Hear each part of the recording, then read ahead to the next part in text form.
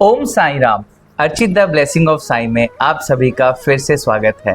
और आज हमारे साथ हैं एक ऐसे महानुभाव जो अपने आप को बाबा का सेवक बोलते हैं, लेकिन उनकी लाइफ का जो उद्देश्य रहा है वो बाबा की टीचिंग से प्रेरित सिर्फ सेवा और सेवा सेवा ही उनके लिए साधना है, जो हम जैसे यूथ को, हम जैसे साईं भक्तों को इतना इंस्पिरेशन देती है कि हमारी लाइफ में हम अगर उनके दिखाए एक मार्ग को भी चुन ले तो हम बाबा के और करीब पहुंच सकते हैं। जैसे कहते हैं कि उनकी मुस्कान ही उनकी पहचान है, और ये हमारा परम सौभाग्य है कि आज शिरडी की पावन भूमि में हम उनसे मिल रहे हैं। आइए तो वेलकम करते हैं डॉक्टर श्याम सुरेशा जी का। ओम साई राम। ओम साई राम। धीरज, आपने यहाँ बुलाया और आपका जो माध्यम है अर्चित the blessings of Sai Baba, और जब साईं का आशीष किसी को मिला हो और उस चैनल में जाने का मौका मिले तो समझो साईं ने बुलाया है। तो आपने जब हमें बुलाया तो बहुत खुशी हुई, और सोचो कि खुशी दुगनी कैसे हो गई कि आज हम शिरडी में बैठे हैं। बिल्कुल बिल्कुल बाबा के चरण कमल में बैठकर ये हम लोग ये पॉडकास्ट शूट कर रहे हैं, और पीछे बाबा के ज्ञान का समंदर है। तो आज तो हम बस आनंद ही आनंद है, और क्या बताऊं मैं, है ना। एक ऐसा फील है कि जैसे समुद्र में दो मछलियां आपस में बाबा की बातें कर। नहीं, बहुत बहुत खुशी की बात है, और मैं भी आपका शुक्रगुजार हूं कि आपने मुझे यहाँ पर समझा कि मैं आऊं। नहीं दादा, देख, जैसे हमें पता है कि हम लोग कितने टाइम से वेट कर रहे थे कि हम मुलाकात करें और आपकी बातें भक्तों तक पहुंचाए, लेकिन देखो बाबा ने जो डिसाइड किया था कि उन्होंने हमें यहाँ मिलवाना था, और आज वो घड़ी आ गई है फाइनली। तो मैं जानना चाहूँगा कि बाबा आपकी लाइफ में कब आए और कब बाबा से जुड़ाव हुआ, जब इस जीवन नॉर्मल लाइफ से आप एक आचार्य की जिंदगी में पहुंच गए, ऐसा क्या चेंज आया? देखिए, कई लोग ये बात मुझे पूछते हैं धीरज कि बाबा से आप कब मिले या बाबा आपके जीवन में कब आए। पर बाबा ने एक बात कही है, मैं तो मनुष्य हूँ, मेरी बात तो साइड पे रखिए। बाबा ने कहा है कि लाखों जन्मों से मैं तेरे इंतजार में हूँ, लाखों जन्म से मैं तुम्हारे इंतजार में हूं, कहां पर हो तुम, मुझे आके मिलो। इसका मतलब क्या होता है कि लाखों जन्मों से हम साईं की शरण में हैं। साईं जो भी रूप लेके इस धरती पर आए, ब्रह्मांड से आए, तो कहीं ना कहीं हमें किसी न किसी रूप में साथ में रखा होगा। बिल्कुल, हम मूड हैं, हमारी बुद्धि इतनी नहीं है कि हम समझ सके कि ये साईं हमें बुला रहे हैं, या साईं का बुलावा हमें पता नहीं चलता है। तो अगर मैं यहाँ ऐसा कहूंगा कि साईं के शरण में मैं 93 में आया या 96 में आया, तो वो गलत होगा। मैं साईं की शरण में लाखों जन्म से हूं और रहूंगा, क्योंकि साईं के चरण में ही मेरा निवास है, मैं ऐसा मानता हूं। तो बस साईं के साथ हूं, सालों साल साथ हूं और रहूंगा। आप भी शायद धीरज, बिल्कुल, बाबा की जब बातें कर रहे हैं, जो बाबा की बात करता है उसके शरण में है, सालों से है। आप भी लाखों जन्म से होंगे, बट अभी जब अर्चित आया तो आपको लगा कि हाँ, बाबा इज देयर। बिल्कुल बिल्कुल, ये तो है। जैसे आपके परिवार में भी माता पिता सब बाबा से पहले से कनेक्टेड है? मेरे फादर मदर ने गृहस्थ संन्यास लिया था साईं के शरण में। हमारे घर में साईं बाबा के फोटोग्राफ्स थे, और उसमें से उदी भस्म जी आना हुआ था, जिसको लोग मिरेकल बोलते हैं। और वो आया, और उसके बाद से जो हमारा पूरा फैमिली है, हमारा परिवार है, उसको टेक ओवर बाबा ने कर लिया है। बाबा ने घर संभाल लिया है, हमारे घर के बॉस बाबा है, और बस तब से उनकी एंट्री हुई। फादर मदर भी साईं मई हो गए, अभी साईं में विलीन भी हो गए हैं वो लोग। 2009 में मेरी मदर विलीन हुई है, 2018 में मेरे फादर विलीन हुए हैं। बट मैं ऐसा मानता हूं कि वो भी सालों से, लाखों जन्म से होंगे, तभी तो साईं हमारे घर में पधारे और हमें बताया कि देखो, आप तो मेरी शरण में हो। तो बस उनके राह पे चलते हुए मैं भी साईं की शरण में आगे बढ़ गया। बहुत मैं चाहता हूँ कि जो सूरत में आपको बाबा ने सेवा दी है एक मंदिर की, थोड़ा सा उनके बारे में, उस मंदिर के बारे में और वहाँ की जो सेवाएं हैं उसके बारे में आप बताएं। ये बहुत इंपॉर्टेंट है धीरज। लोग मंदिर बना देते हैं, साईं बाबा का मंदिर हमने यहाँ बना दिया, वहां बना दिया, मेरे घर के आगे साईंनाथ तेरा मंदिर बन जाए, वो गाने के बाद हर गली में मंदिर बनने लगे। अच्छी बात है, बाबा के मंदिर बनने चाहिए, बट मंदिर के साथ बाबा का जीवन का जो संदेश था वो होना चाहिए। वो होना चाहिए, बिल्कुल। हमारा जो मंदिर है सूरत में और नवसारी में, वो साई मिशन है।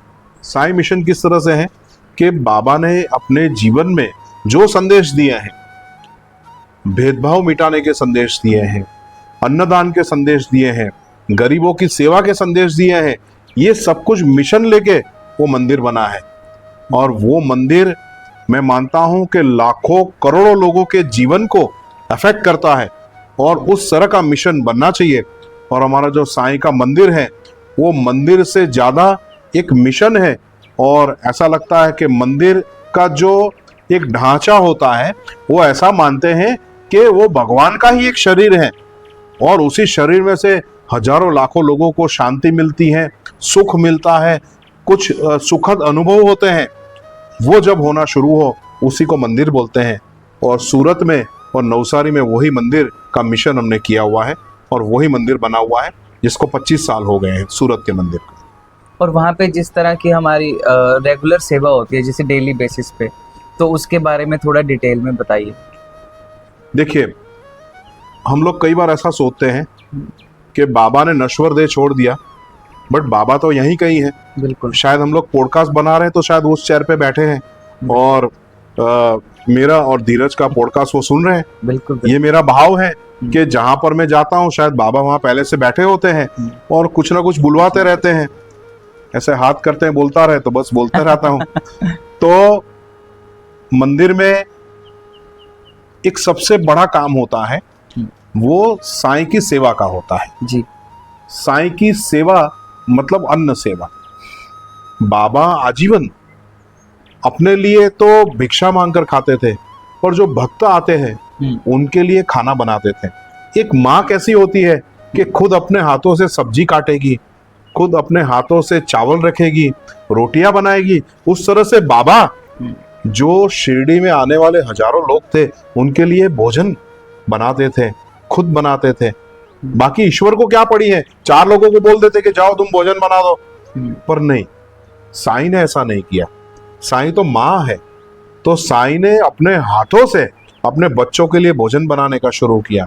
ये सबसे बड़ा मिशन उन्होंने सिखाया था, क्योंकि जो वो एरा था उस टाइम भारत में भूखमरी थी, भारत में अन्न की अछत थी, और मैं मानता हूं अभी भी ये समय चल रहा है कि जहां पर हर चौथे या 5वें व्यक्ति के पास अन्न नहीं होता है, शाम को भूखा सोता है।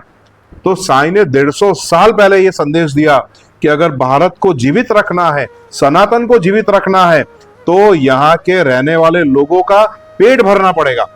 पेट भरेंगे तभी वो ताकतवर बनेंगे, बच्चों में पोषण होगा। अभी कुपोषित बच्चों का बहुत बड़ा आंकड़ा भारत में है। अब बाबा ने तो 150 साल पहले बोला कि बच्चों को खिलाओ, बड़ों को खिलाओ। भगवान है, ईश्वर है, उनको तो पता है क्या होने वाला है, और सरकार अभी कर भी रही है।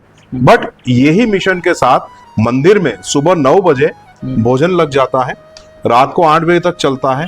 मंदिर में आने वाले चाहे वो भक्त हो या नहीं हो, सबको भरपेट मान सम्मान के साथ गर्मा गर्म सात्विक खाना खिलाया जाता है, और वो तृप्त होके वहां से जाता है। तो ये साईं के बहुत बड़ा, साईं का जीवन का बहुत बड़ा मिशन का जो एक भाग है, मैं एक ही भाग बोल रहा हूँ, वो हम वहां पर फलीभूत कर रहे हैं। और ये पहले एवरी वीक में 2 दिन चलता था, वो 22 साल से चल रहा था, और 7 साल से एवरीडे 365 दिन सुबह 9 से रात को 8 बजे तक खाना मिलता है। वो साईं का भंडार है, और साईं अपना भंडारा सबको खिलाते हैं। कभी खाना कम नहीं हुआ है, ना लोग कम हुए हैं, वो बढ़ते ही जा रहे हैं। तो ये सेवा वहां पर अद्भुत चल रही है। बहुत सुंदर। जैसे दादा अभी हम खाने की बात कर रहे हैं, तो बहुत से लोगों के मन में ये क्वेश्चन रहता है कि बाबा तो नॉनवेज बना के भी खिलाते थे द्वारका माई में, और सच्चरित्र में भी इस तरह का कुछ मेंशन है। तो इस पे थोड़ा सा लोगों को क्लियर करो कि मतलब बाबा कहते बाबा खाते तो हम भी खाते हैं।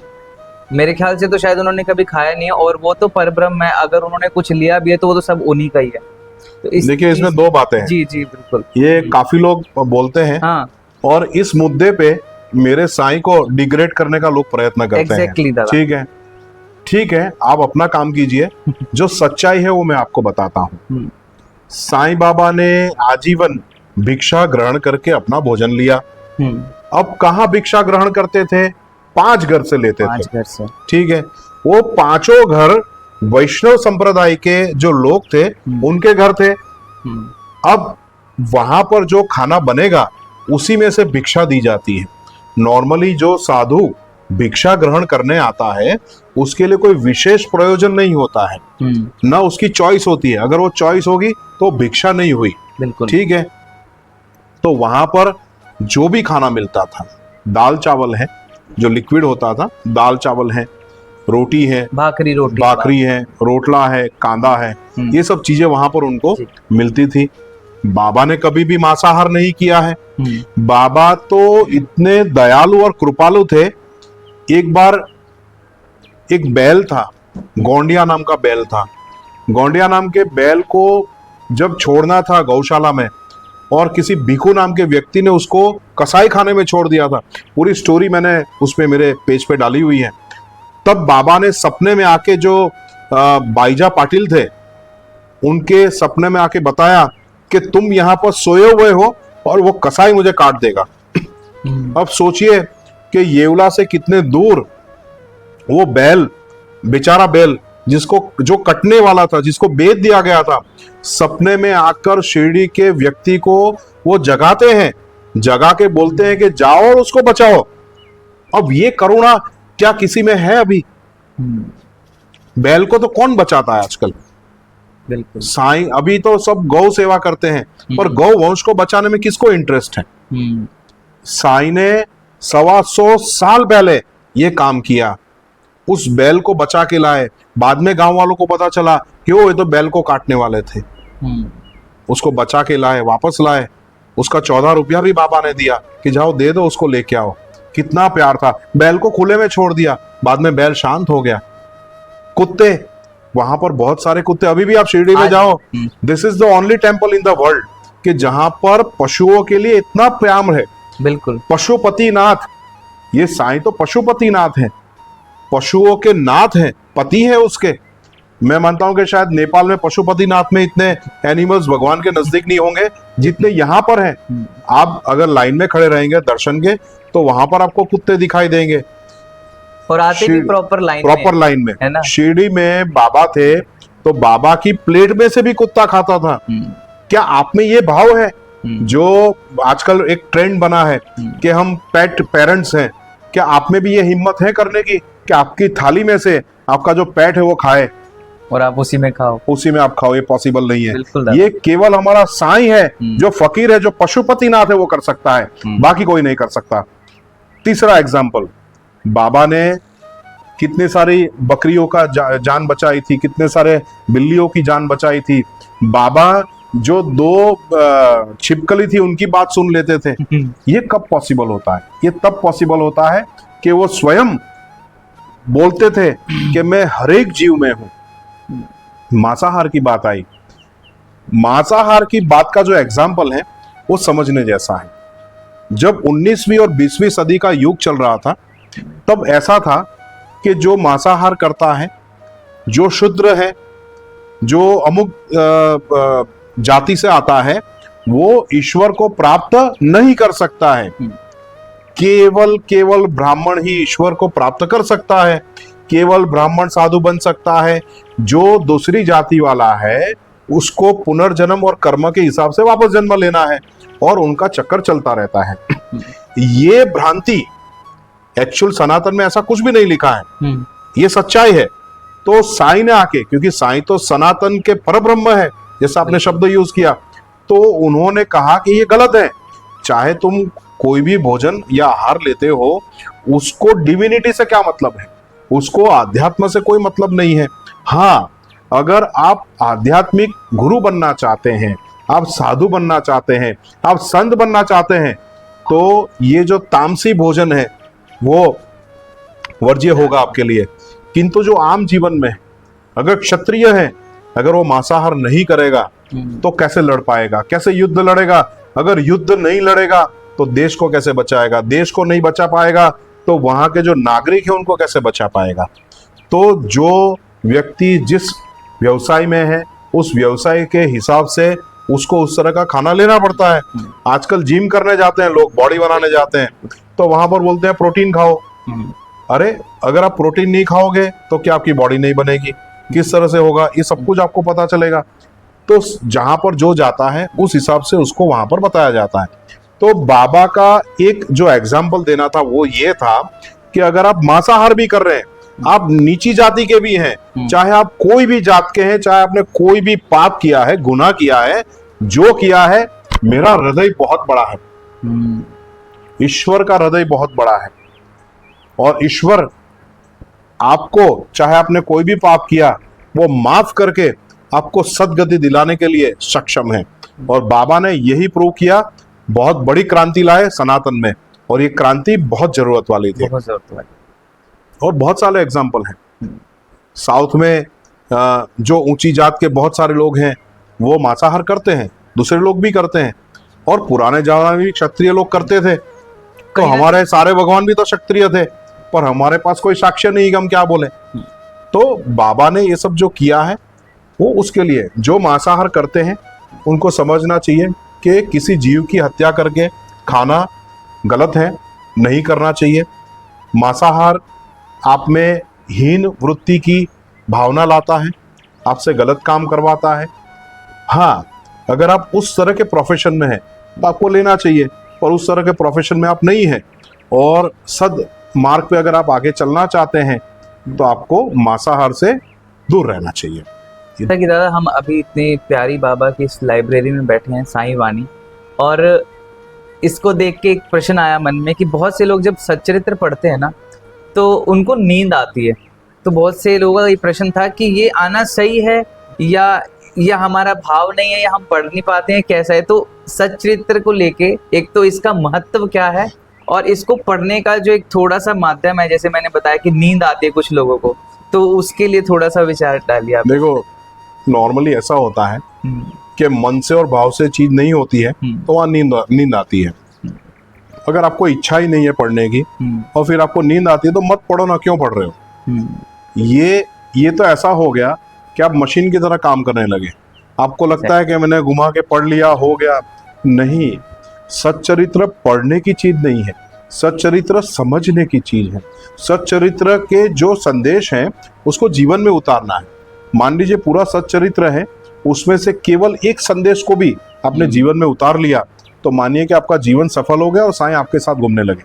ये बहुत क्लियर बात बता रहा हूँ। बिल्कुल बिल्कुल। मत पढ़िए। जिनको लगता है, ये तो ऐसा होगा कि वो बच्चे को बोलते हैं कि जाके स्कूल में पढ़ो, या घर में जाके बोले होमवर्क करो, और वो सोने लगता है क्योंकि उसको पसंद नहीं है, बोरियत आ रही है। ठीक है, तो मैं तो ऐसा मानता हूँ कि अगर नहीं पसंद है तो मत कीजिए। अगर मान लीजिए साईं सच्चरित्र भी आपको पसंद नहीं है तो मत पढ़िए।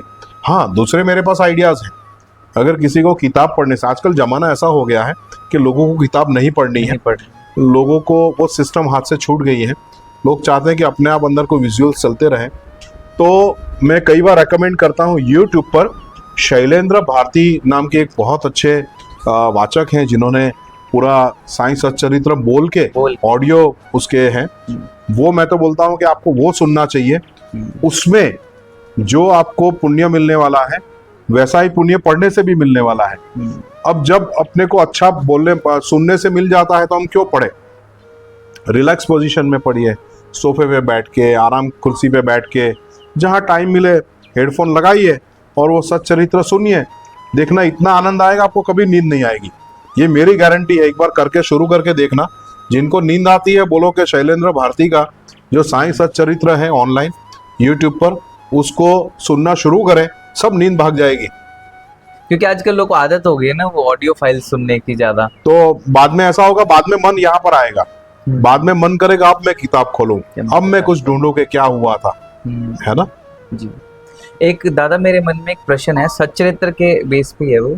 उसमें हमने एक जैसे कथा देखी पढ़ी थी जिसमें कि बाबा एक उससे कुश्ती करते पहलवान से, और वहाँ पे वो हार जाते हैं, बट उसके बाद वो अपना चोला पहनते हैं। तो इस एक्सपीरियंस को आप थोड़ा सा एक्सप्लेन कर पाएं प्लीज। देखिए बाबा, देखिए यौवन जो होता है, युवावस्था में बहुत एनर्जी होती है। आप भी युवा हैं जी, तो आप में एक एनर्जी होती है। अगर मान लीजिए कहीं पर कुछ 100 सीढ़ियाँ चढ़नी है तो आप भागते हुए चढ़ जाएंगे। हम बोलेंगे यार 100 सीढ़ी एक साथ तो नहीं चढ़ेंगे, हम लोग 20-20 करके चढ़ेंगे, हम भी चढ़ेंगे नो डाउट, बट जो आपका उत्साह है, आप में जो एनर्जी है वो जबरदस्त है। साईं बाबा युवा थे, साईं बाबा का शरीर बहुत ही मजबूत था, बहुत मस्कुलर थे। शायद आपको नहीं पता हो, लैंडी बाग में नीम का जो पेड़ होता है उसके 2 बड़े से जो थड़ होते हैं, उसका जो सॉलिड तने में से बाबा ने मृदगल बनाए थे और मृदगल 2 हाथ से घुमाते थे, कितने मजबूत थे। उस टाइम जब वो घुमाते थे, लोगों को ये बात नहीं पता है, नहीं पता, वो मृदगल घुमाते थे तो जमीन में भी खड्डे हो गए थे। जो पुराने लोग हैं उन्होंने देखा है, पुराने किताबें आप पढ़ने जिसमें लिखा है कि बाबा उसको जोर जोर से हाथ से घुमाते थे। आप सोचिए कि एक तो ब्रह्मांड की जबरदस्त शक्ति है और वो शक्ति मानव देह लेके आई है, तो ताकत तो है अंदर, बिल्कुल ठीक है। तो भगवान में बहुत ताकत थी। जानबूझ के उन्होंने लोगों को एक अहंकार को कैसे मिटाया जाए कि ईश्वर का भी अगर अहंकार टूटता है, भगवान का भी अहंकार टूटता है, तो मनुष्य क्या को नहीं टूटेगा। ये सिखाने के लिए, ये समझाने के लिए बाबा वहां पर हारे थे। मैं तो मानता हूँ साईं कभी नहीं हार सकते। साईं चाहते तो उंगली लगाते, वो वहां पर बैठ जाते। पर नहीं, जब मानव देह में, जैसे भगवान श्री राम मनुष्य देह में थे तो वनवास में भी गए, वनवास में घास पे भी सोए, वहां पर पेड़ के नीचे रहे, उनको भी तो चींटियां काटी होगी, बिल्कुल। उनको, उनके पीछे भी तो जंगली जानवर घूमे होंगे, उन्होंने भी तो कितनी वहां पर मुश्किलात सहन की होगी, पर ईश्वर होने के बावजूद उन्होंने वो सहन किया। क्यों? क्योंकि हम मनुष्य एक अलग तरह के नशे में चढ़ जाते हैं, एक अलग तरह का अहंकार हम हमारे मन में चढ़ जाता है। हम ऐसा सोचने लगते हैं, थोड़ा पैसा आ जाता है, थोड़ी ताकत आती है, तो हमें ऐसा लगता है कि मुझसे सर्वोपरि, मुझसे शक्तिमान कोई नहीं है। जबकि भगवान जो ब्रह्मांड के रचयिता है, जो परब्रह्म है, जो ईश्वर है साक्षात, वो हमें बता रहे हैं कि जब आप मनुष्य देह लेते हैं तो अहंकार शून्य आपको करना ही पड़ेगा। और जब अहंकार शून्य आप करोगे तो आप में दिव्यता आएगी, चेतना आएगी, और उसी टाइम बाबा में जो अलग चेतना आई और फकीरी का भेख उन्होंने पूर्णतः ले लिया। तो मैं मानता हूँ कि बाबा ने यही संदेश दिया था कि ईगो मत रखो, सही बात है, अहंकार छोड़ो, जीवन में चाहे कितनी भी कुश्ती कर लो, अगर आप हार जाएंगे, ईगो रखेंगे तो।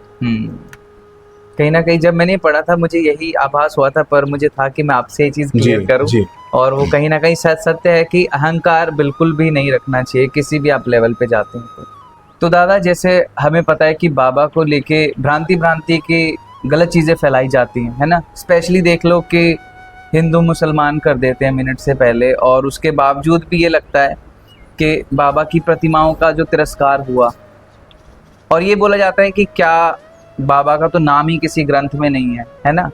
तो इस तरह के जब प्रश्न आते हैं तो उसमें उस समय पे ये होता है कि अब इनको क्या जवाब दिया जाए, या क्या इनके लिए बोला जाए कि जो हमारे बाबा के लिए इस तरह की बातें करते हैं। मान लो आपका स्कूल है एक, जी, आप स्कूल के टीचर है, इसलिए मैं बता रहा हूँ। क्या मान लीजिए आप स्कूल में एक शिक्षक हैं जी, तो आप मैनेजमेंट में बैठे हैं, तो कैसे शिक्षक को आप अपॉइंट करेंगे? तो कि ऐसे शिक्षक को अपॉइंट करेंगे जिसको उस विषय का ज्ञान हो, ठीक है, उस विषय में उसका प्रावीण्य हो, ठीक है। कोई शिक्षक ऐसे भी होते हैं कि जिनको 2-4 सब्जेक्ट का ज्ञान होता है, पर क्या आप ऐसा करेंगे कि जो कुछ पढ़ा लिखा भी नहीं है, जिसको कुछ नहीं पता है, और उसको आप शिक्षक बना देंगे? नहीं, ऐसा नहीं होगा।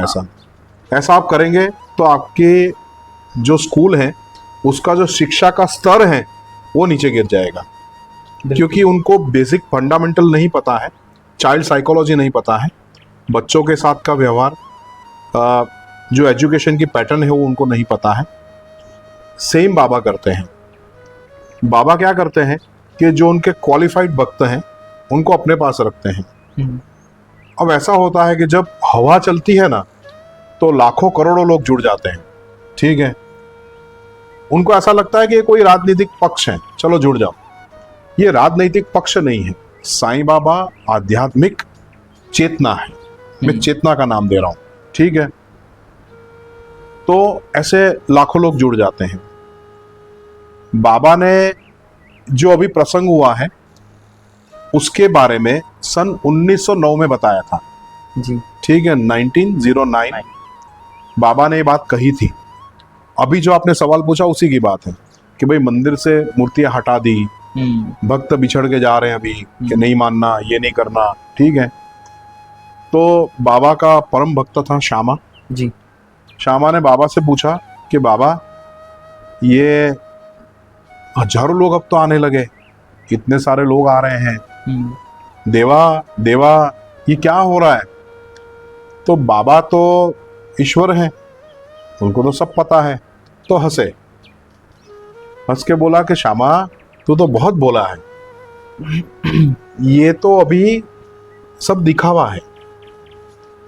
जैसे आम का पेड़ होता है, ठीक है, उसको मैं हिलाऊंगा, ठीक है, और जितने फल गिर जाएंगे पकने से पहले वो निकल जाएंगे, जो पक्का और मजबूत होगा वो वहां पर टिका रहेगा। तो हर 10, 15, 20 साल में बाबा ही करते हैं पेड़ हिलाते हैं। जितने बिना काम के लोग हैं जाने तो उनको क्या करना है, ठीक है, हमें कोई फौज थोड़ी बनानी है। कहाँ साईं बाबा को मत चाहिए आपका, कहाँ वोट लेना है, कहाँ उनको प्राइम मिनिस्टर बनना है, वो तो हमारे दिल में है, हमारे दिल के राजा है, हमको पीएम बनाने की भी क्या जरूरत है। इज अ किंग, ठीक है, हमारे हार्ट में बैठा हुआ राजा है। ये प्रसंग बाबा ने इतने सालों पहले बताया था कि थोड़े टाइम में वो सब जड़ जाएंगे। तो जो जाते जाने दो, मूर्ति नहीं रखनी मत रखो, क्या फर्क पड़ता है, उससे क्या फर्क पड़ेगा।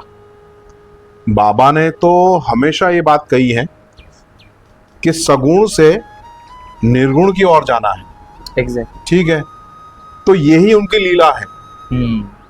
वो जो भक्त है उनको सिखा रहे हैं कि अगर मेरी मूर्ति भी नहीं है मंदिर में तो भी तुम्हारे को मेरे साथ जुड़े रहना है। मतलब अपने आप को आप स्टक मत करो कि साकार में रुक जाओ, है ना। You have to be connected with me. Exactly. मेरा फोटो फेंक दो जला के, हटा दो उसको, नदी में बहा दो, मेरी मूर्ति को तोड़ दो, ठीक है, मंदिरों से क्या सब जगह से हटा दो। तब जो भक्त की ताकत बनेगी वो ये बनेगी कि उसके हृदय में जो बाबा की छवि अंकित होगी, जिसका निराकार रूप है, वो इस दुनिया में से कोई हटा नहीं कोई पाएगा। नहीं हटा सकता। बिल्कुल सही। तो सबसे पहले बात कि अगर मूर्तियां हटाई है उनको मुबारक, हटा दो। वो हटाने के बाद शायद रोज की 100 मूर्तियां लग रही हैं, उससे कोई फर्क नहीं पड़ता है। हजारों मूर्तियां, लाखों मूर्तियां, मैं आपको एग्जाम्पल देता हूं। मैं कई बार ये बात बोलता हूं कि भगवान बुद्ध ने एक बार कहा था कि मेरी मूर्तियां मत बनाना। हाँ, ये ठीक है, बिल्कुल सही बात है। और दुनिया उल्टी है, सबसे ज्यादा मूर्तियां ही भगवान बुद्ध की बनाई। जो मूर्ति पूजा का ना बोलते थे उन्हीं को सब जगह गेट पे भी लगा दिया, मंदिर में भी लगा दिया, सब जगह पर उनको बिठा दिया भगवान को। अब ऐसा कहा जाता है कि मैक्सिमम जो मूर्तियां बनी है वो भगवान बुद्ध की बनी है जी। और पर मेरा कैलकुलेशन ऐसा बोलता है कि उसके बाद अगर सबसे ज्यादा मूर्तियां अगर किसी की बनी है तो साईं बाबा की बनी है। करोड़ों में नंबर है, करोड़ों में। बिल्कुल। छोटे से लेके बड़ी साइज की जितनी मूर्तियां हैं, मैं मानता हूं कि अगर रोज भी उसको तोड़ना चालू करो ना आप, तो उसको तोड़ते हुए आपको 500 साल लग जाएंगे। ठीक है, तो आप क्या तोड़ लोगे? आप कुछ नहीं कर सकते। सही। 500 साल जिसको मिटाने में लगेंगे, तो सोचिए 500 साल और थोड़े बैठे हैं और बनेगी। ये अनंत प्रक्रिया है, अनंत प्रक्रिया है। तो जो तोड़ रहे हैं उनको ही बोल रहा हूं कि आप फिजूल में मेहनत कर रहे हैं, उससे बेटर आपके शरीर के अंदर जो खराबी है, बिल्कुल, आपका जो अहंकार है, आपका गुस्सा है, क्रोध, आपकी जो ईर्ष्या है, निंदा है, उसको तोड़ना चालू करो तो शायद इस जीवन में आपको कुछ नया मिले। बाकी ये साईं की मूर्ति हटाने में तो आपको 500 साल लगने वाले हैं, और वो 500 साल तो भैया आपकी पीढ़ी भी पता नहीं आगे चले कि नहीं चले। तो ये मत सोचो। दूसरा, बाबा के बारे में कहीं लिखा नहीं है, ऐसा लोग बोलते हैं। बिल्कुल। अरे भाई, ईश्वर कभी पब्लिसिटी करके आएंगे क्या? भगवान कभी पब्लिसिटी करके आते हैं क्या? आपने जन्म लिया, आप भी ईश्वर के अंश हैं, तो आपने पहले बताया क्या फलाने नाम से मैं आऊंगा, राजू बन के आऊंगा, लालू बन के आऊंगा? आपने कुछ बताया क्या? कभी नहीं होता है। तो ईश्वर क्यों बताएंगे मैं क्या बन के आऊंगा? ईश्वर की मर्जी आप कैसे डिसाइड करेंगे? कि भगवान क्या स्वरूप में यहाँ जन्म लेंगे, भगवान क्या लीला करेंगे, वो लिखने वाला मानव कौन होता है? अगर वो मानव ने लिखा है तो वो भगवान नहीं। भगवान नहीं। हमारे पुराने जितने भी वेद हैं, ये सच बात बता रहा हूं, बिल्कुल कि बिल्कुल। भगवान राम, उनकी जो लीला थी किसको पता थी? भगवान श्री कृष्ण की लीला किसको पता थी? उन्होंने जन्म लिया, कौन से वेद में लिखा हुआ है? मुझे भाई वेद बता दो, कौन से वेद में लिखा है? नहीं लिखा है।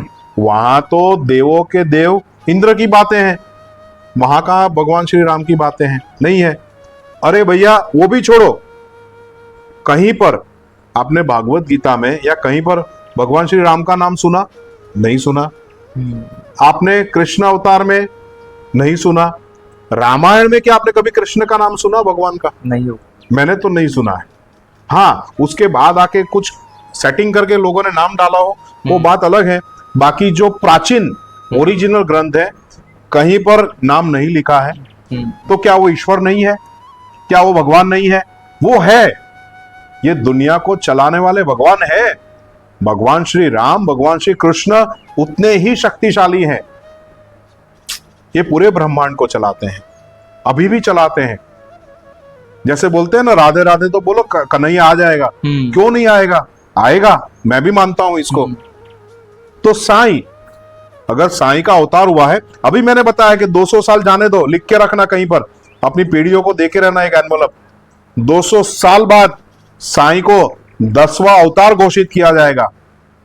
ये 101% में श्योर हूं। देखिए, जो सोना होता है ना, उसको हथौड़ी खानी पड़ती है, हथौड़ा खाना पड़ता है, उसको गर्म करते हैं, पिघलाते हैं। साईं के साथ अभी यही हो रहा है। एग्जैक्टली। क्योंकि हम आम इंसान हैं, हम भरोसा नहीं करते हैं, तो हम चाहते हैं कि इसको मार के देखे, ठोक के देखे, पिघला के देखे, क्या ये समाप्त होता है कि नहीं होता है। ये नहीं होने वाला है। ये सोने से भी कहीं ऊपर की चीज है, सब में व्याप्त है।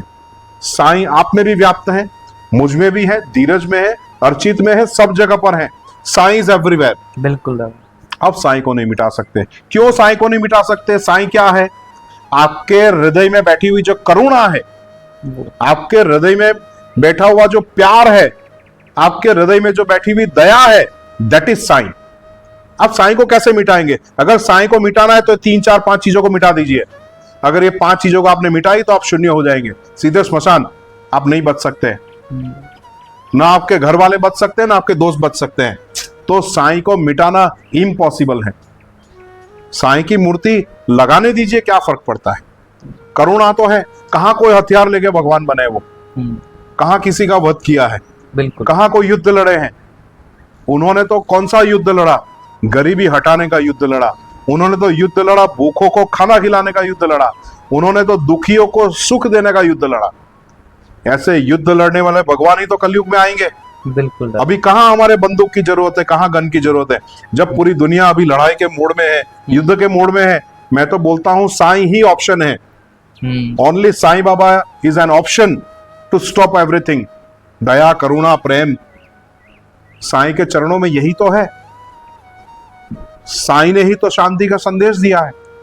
तो बाबा सनातन के मुखिया है, चाहे कोई उसको मुसलमान बोले, हिंदू बोले, कुछ भी बोले, ईश्वर तो सब धर्मों से ऊपर है। क्या जीसस क्राइस्ट आके ऐसा बोलेंगे कि मैं क्रिश्चियन हूं? नहीं, नहीं। वो बोलेंगे मैं तो परमेश्वर का बेटा हूं, संतान हूं।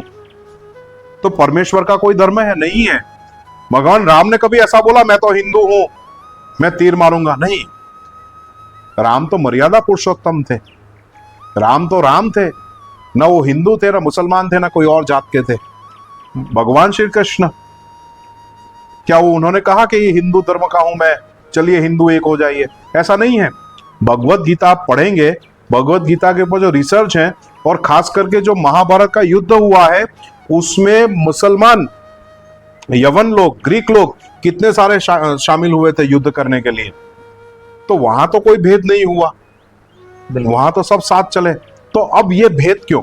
ये भेद इसलिए हो रहा है कि जो साईं बाबा के शरण में जाता है उसको सहज सदगति मिल जाती है, सहज सुख मिल जाता है। उससे जो पुराने थोड़े से अमाउंट के जो साधु हैं उनको पसंद नहीं आ रहा है। उनको रोकने के लिए, उनको बदनाम करने के लिए ये सब किया जा रहा है ताकि साईं भक्त रुक जाए। बट जो डेटा बता रहा है, जो स्टेटस बता रहा है, उसके हिसाब से जब से 2014 से ये एक्टिविटी शुरू हुई है तब से साईं बाबा के जो भक्त हैं वो जितना रात को नहीं बढ़ रहे हैं, दिन में नहीं बढ़ रहे, उतने बढ़ते जा रहे हैं। बिल्कुल, मेरा ये अनुभव है, मैंने हजारों भक्त देखे हैं।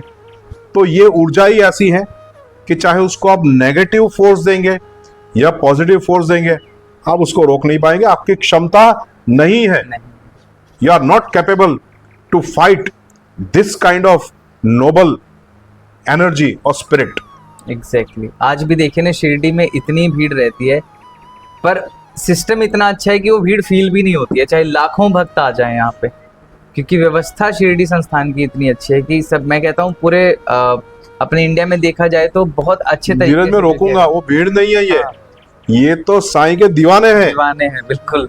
ये भीड़ तो अलग होती है, भीड़ तो पॉलिटिकल पार्टी के प्रोग्राम में होती है।